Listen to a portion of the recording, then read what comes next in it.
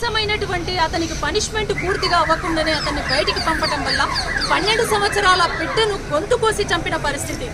అతని కోసం పోలీసులు చాలా సెర్చ్ చేశారు. ఆఖరికి రివార్డ్స్ను కూడా ప్రకటించి అతను ఆఖరికి ఆత్మహత్య చేసుకున్నాడు. ఇంత దుర్మార్గమైన కీచకులు అంటే తన ప్రేమను నిరాకరిస్తే, తన యొక్క కోరికలను తాను అంగీకరించకపోతే చంపేనైనా చంపేస్తాము తప్ప బ్రతకనివ్వము ఆడవాళ్లను అనే పరిస్థితికి ఉన్మాదులు దిగజారిపోయారు. ఇలాంటి ఉన్మాదులకు కఠినమైన శిక్షలు పడాలి. ప్రభుత్వము అదేవిధంగా పోలీస్ వ్యవస్థ కూడా చాలా కఠినంగా ఇలాంటి వారి పక్షాన వ్యవహరించాల్సిన అవసరం ఉంది.